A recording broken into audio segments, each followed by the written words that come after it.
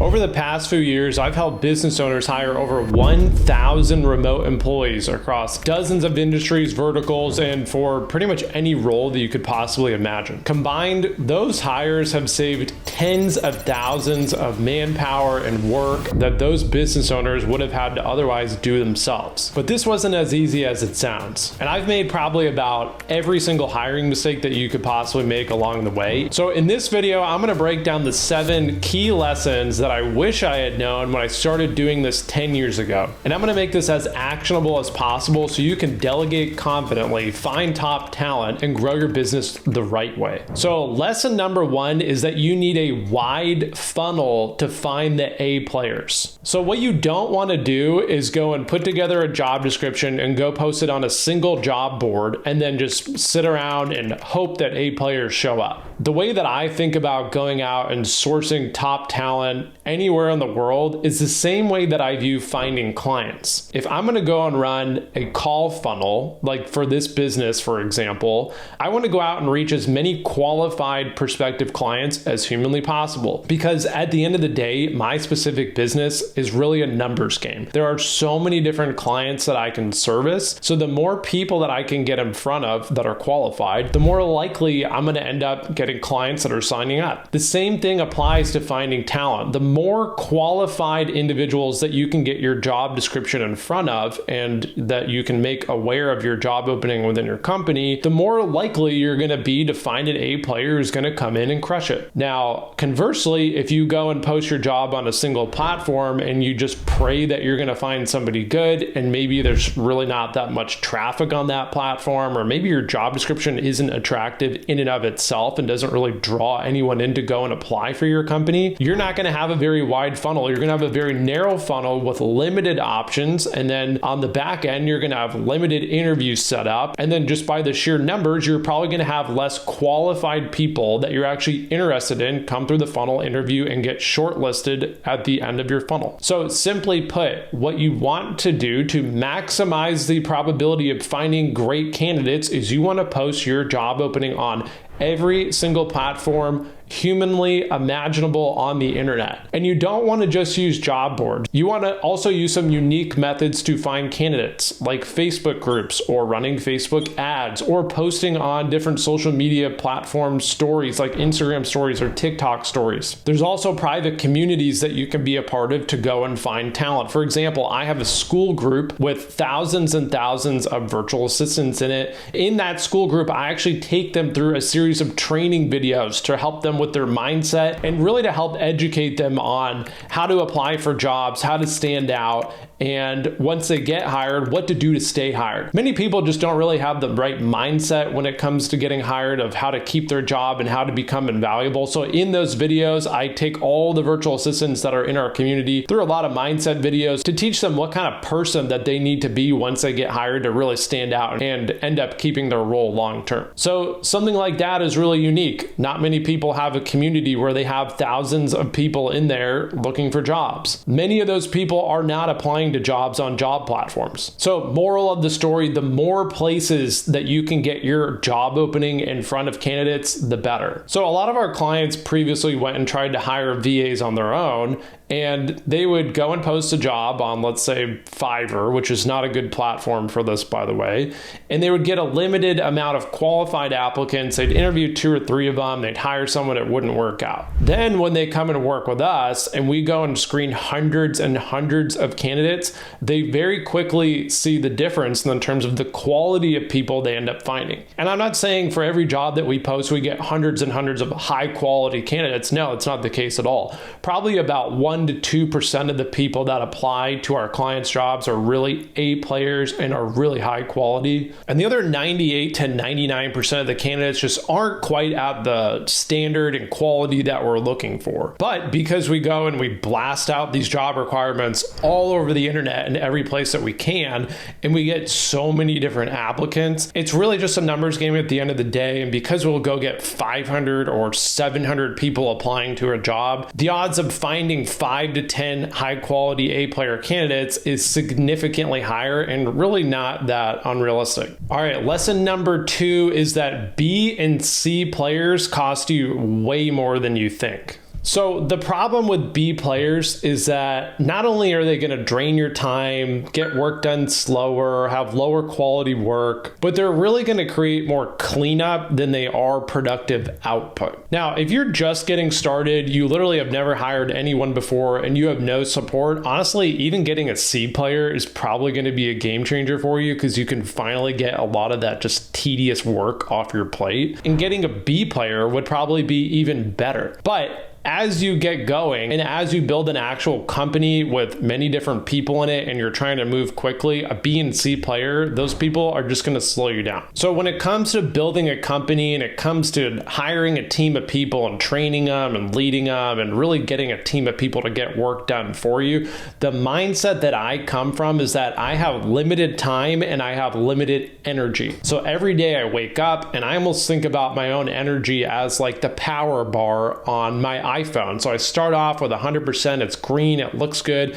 And then by the end of the day, because I'm working hard, I'm down to like low battery mode. And then eventually I'm on 5%. And as I get down from 100 down to 5%, I become less productive, less effective. It's harder to think, it's harder to focus, it's harder to get stuff done. So typically in the morning when my battery's full, I've got the most energy, I've got the most focus, I can get the most done, I have the highest productive output per unit of energy. And then by the end of the day, I'm kind of like slugging along and my brain is like going on low battery mode. So think about it. If you have B and C players that are diverting your attention, they're sucking your energy dry, they're slowing you down, they're getting things wrong that you have to then go and clean up, think about how much you're going to get done in a day. A good analogy for building a business is building a house. So let's say you're going to go and build a brick house, and to keep it simple, all you really have to do is you take a brick each day and you lay that brick and you position it as perfectly as you can, and then the next day you do the same thing,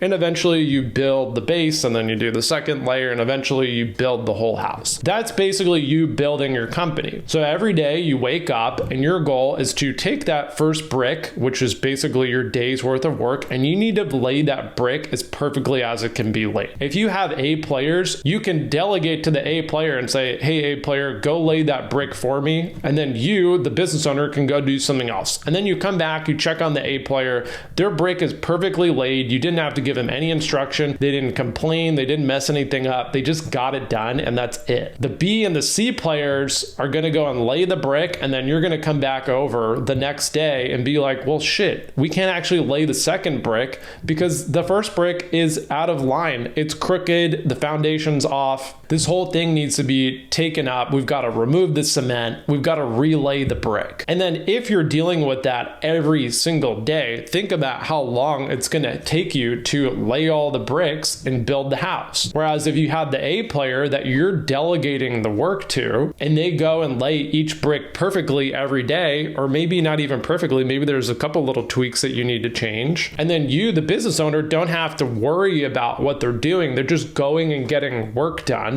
Then you can take your time, and guess what? You can go and get another A player. You can go and train them and give them direction and build the second house at the same time. So think about it.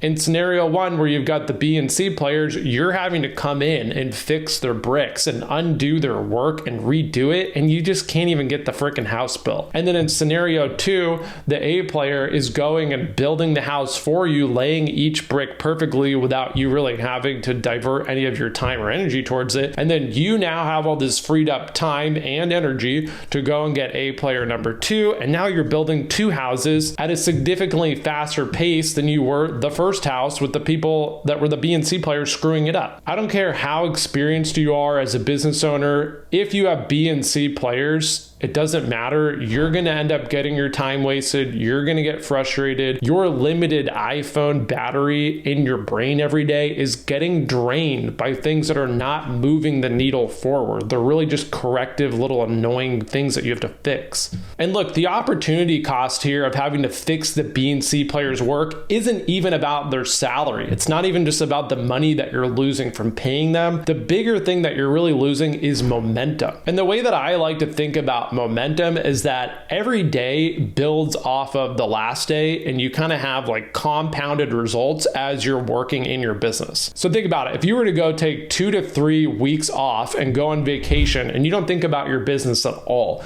you're sitting on the beach, you're having some drinks, you're having some good food, and you're just relaxing. You're not working, you're not thinking about your business. Now think about if you come back into your office, so you sit down at your computer and you start working again. What kind of momentum do you have? You don't have very much at all because you haven't actually been actively in your business. You haven't been thinking about all the parts of your business that you're working on and what's going on. Whereas if you're working day after day after day and you're in your business and everything is top of mind and fresh in the top of your head, you have way much more momentum. The recall that you need to have to bring up, okay, what do I need to do in this area of my business is much quicker than if you just took 3 weeks off and you came back and you're like, what the heck was I working on again? Oh yeah, I forgot that I had to do this thing. So that's really momentum. And your momentum is so important, you need to guard it with your life. So if you have B and C players that are diverting your attention every day, whether it's with drama because they're causing problems, whether it's with mistakes, whether it's because they're not even getting the work done, or maybe they're not even showing up on time if they're really that pathetic, then they're not just costing you money because of the progress that isn't being made in your business, but they're really slowing down your momentum. And in today's day and age with the internet, where people are starting businesses faster than ever before, especially with AI, you cannot afford to lose momentum. There are competitors popping up in your industry every single day all over the world. And now that the world is becoming more globalized and people can start businesses no matter where they live, as long as they have an internet connection, there's people in other countries outside the US that are hungry, and they're gonna come for you and they're going to put you out of business. So moral of the story, B and C players aren't just losing you money in terms of the salary that you're paying them and not getting productivity out of it. They're really losing you momentum and they're completely killing your business. All right, so lesson number 3 is that resumes and interviews don't really reveal the truth. I can't tell you how many top performers I've come across before whose resumes look really nice, they're polished, they say all the right things, and they interview really well, they know what to say, they're presentable, and they know what to tell you in order to get the job, in order to look good. And then I've also had people that were really bad at interviewing. Like it was like pulling teeth to get information out of them. Maybe their resume wasn't structured as well as like some of the other people, but they ended up being the best hires. So one thing that you need to be aware of when you're going and interviewing people, whether they're in the US or outside the US, just people in general, is that interviewing in and of itself is a skill. And it's something that can be practiced and refined over time. So since that's the case, think about it. People can just learn what to say in the interview to tell you what you want to hear so that they can look good and get the job. Simply put, they're bullshitting you in the interview because they already know what to say. They're smart. They've probably rehearsed all of their answers and they know how to frame everything up so that they look good and you hire them. And then there's other people who aren't as savvy when it comes to interviewing. Maybe they're just not aware of the fact that interviewing is a skill and that they should be practicing their interviewing skills. Those people tend to not show up as strongly in the interviews, but you can't write those people off altogether because you don't exactly know who they are deep down. So while interviews are very helpful and incredibly necessary to determine who someone is, what they're capable of, what they've worked on in the past, and if you really want to invest in them long term, they're not enough in and of themselves to really figure out if you're going to hire the person. So depending on what the role is and the responsibilities of the role, it's ideal to give them some kind of assessment or a test task before you actually go and hire them. So let me give you an example. I have another business that's a call center. It's a call answering service. It's very simple. We answer the phone for small businesses. And in this business, we hire like 3 to 8 people a month, depending on how fast we're growing. It's a pretty cookie cutter role. It's very simple. You answer the phone, you follow a general script, and then you disposition the call with some notes that you send to the client. Really simple. So what we've noticed from interviewing probably like a couple thousand people for this role at this point is that some people show up, They're really good at the interview. They have great English, great tonality, everything looks good. But as soon as we give them an assessment, they completely fall on their face. The assessment that these particular people get in our interviews is they have to listen to a call recording. So they don't even have to do the call themselves. They're listening to a recording of someone else answering the call. And then all they have to do is type a summary of that call and disposition the call correctly. Now, we give them some quick training on how to do the summary so that they have a fighting chance while in the assessment. And you'd be shocked at how many people cannot listen to a simple phone call and then write down the correct information. So, moral of the story, some people might present really strongly in an interview. They might be pretty impressive. They might be personable. That doesn't mean they're actually going to be good at the job. Many of those people end up being terrible at executing in the actual job. Okay, let me give you an example of someone who interviewed pretty poorly, but ended up being one of my best hires. So when I got started hiring people first out of the Philippines about 10 years ago, there was a person that I hired who had no experience working as a virtual assistant, no experience working remotely from home, and was not very good at interviewing. She showed up to the interview. She was very nervous, not articulate, not presenting that well. But she had such a hunger and desire to get the job that I ended up just taking a chance on her. Her interviewing skills were very poor, but I could tell that because she wanted the job so badly, I just had a feeling that I could train her to do the job and that she'd end up performing really well. So fast forward 10 years later today, she actually still works for me, and she's been one of the most dedicated people that I've ever hired in my life. Now, conversely, the very first person that I ever hired as a VA was based out of the Philippines.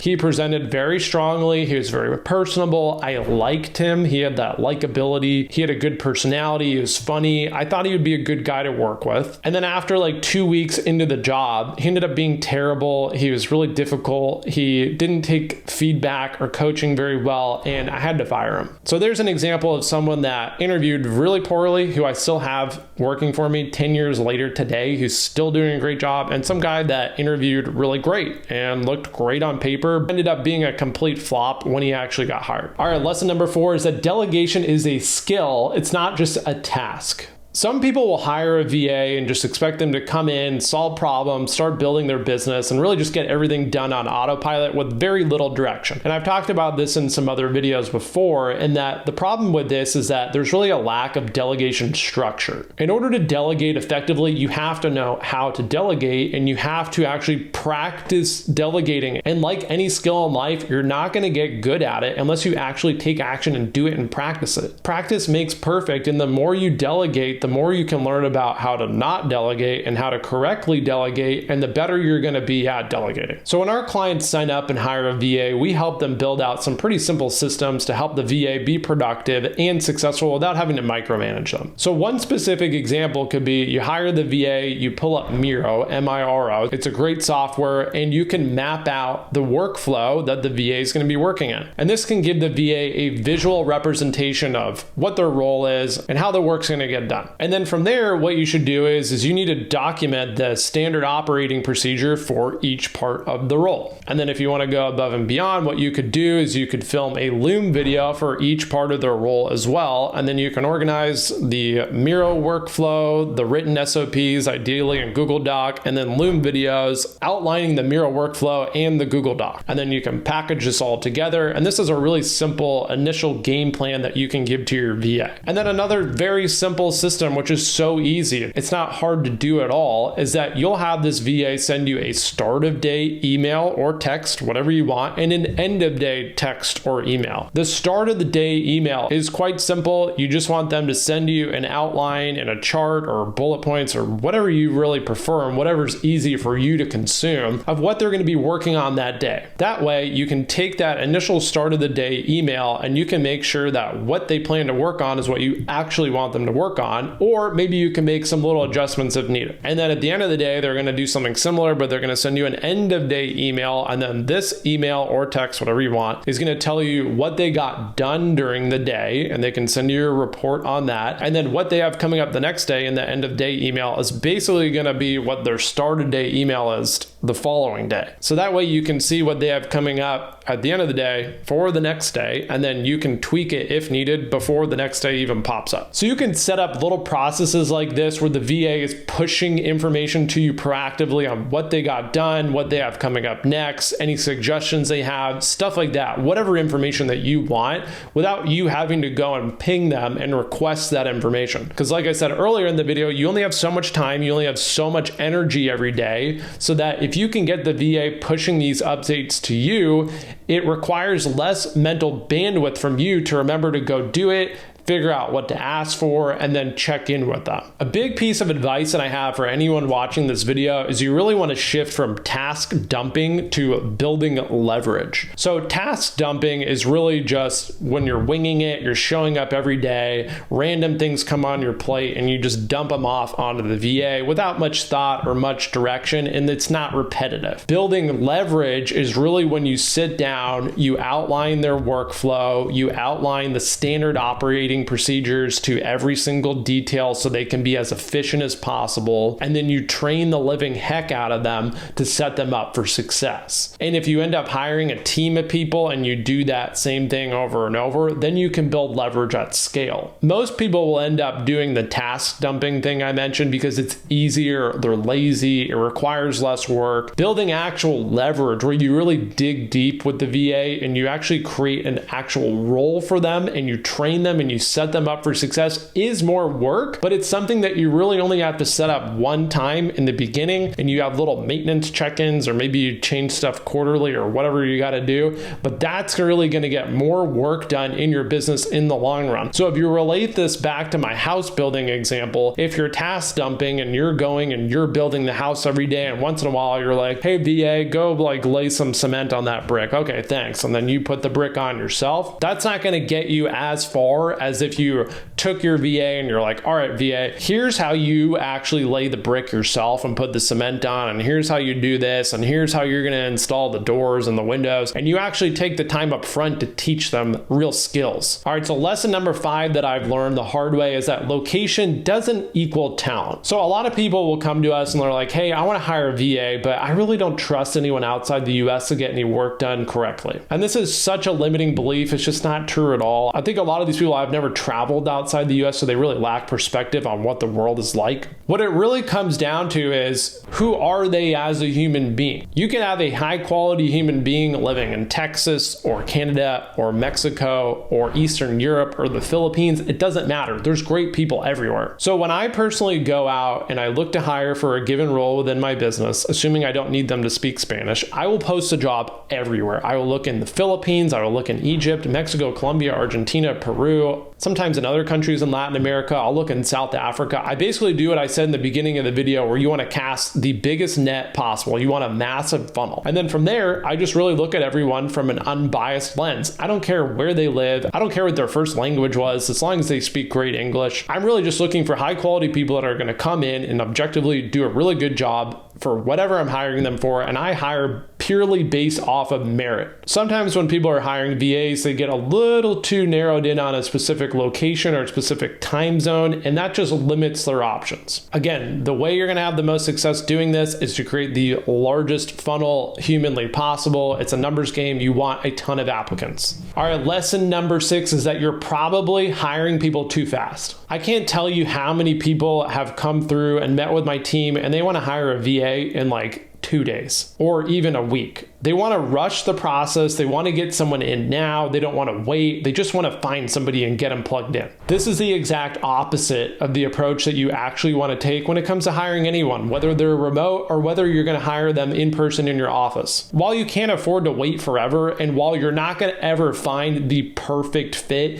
and there's usually always going to be 1 or 2 things that you have to sacrifice or compromise on, you don't want to go too quickly. You need to go out, cast a huge net, like I said before, before, make a big funnel, and really assess the candidate pool and have options to compare and contrast from. Think about if you were going to go buy a house. You're not going to go and tour 1 to 2 houses and pull the trigger. You're probably going to want to go on Zillow, and you're going to want to set up some filters, and you're going to want to see like where the market is for a specific price point, or maybe you go tour like 10 different properties in different areas. You're going to want to compare and contrast and have some options in order to make an accurate decision. So when it comes to hiring, you want to do the exact same thing. You want to be able to take your time, not so much time that you don't make a decision, but you at least want to pump the brakes a little bit and chill out and slow down and get a good amount of candidates to come through and not rush the process. So when I was starting this business in particular, I was very antsy. I did not take my own advice. I was getting a little desperate to find an operations manager because we were growing so quickly, and I rushed the hiring process. So I ended up hiring someone that I knew in my gut, I was like, he's a little off. I don't know if his attitude is exactly who I want, but I really need help. We need to get someone in here right away.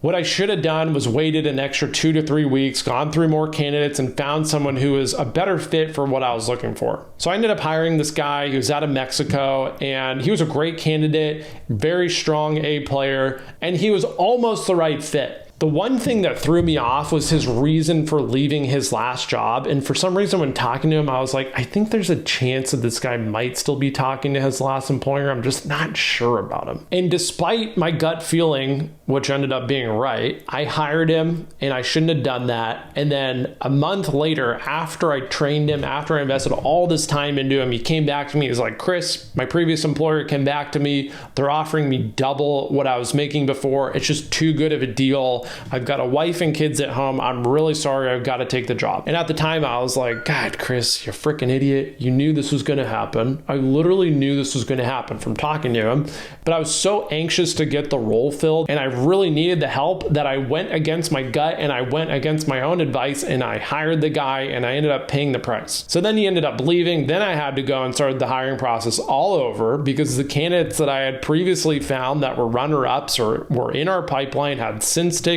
jobs because it was like a month ago, and I had to repost a job. I had to go through this whole process again, and it really delayed me finding the right guy by like 3 months. So moral of the story, don't rush it. You don't want to take forever, but don't hire too fast. So lesson number 7 is that if you don't have a lot of experience hiring people, you're not going to know what to look for. You're probably going to mess it up, and you need help. So I personally probably hired my first 15 virtual assistants myself until I went and hired a full-time recruiter to help me out. While I was hiring those first 15 people, I had a good amount of turnover, a good amount of mishires, and I definitely messed a lot of things up. I hadn't made the mistakes that I mentioned in this video, and I had to go learn those the hard way. But once I went and hired a recruiter who had a ton of experience hiring way more people than I ever had, but from hiring this recruiter, I was able to cut my learning curve down, prevent mishiring, lower the amount of people that I mishired dramatically, and then I was able to leverage this person's expertise and experience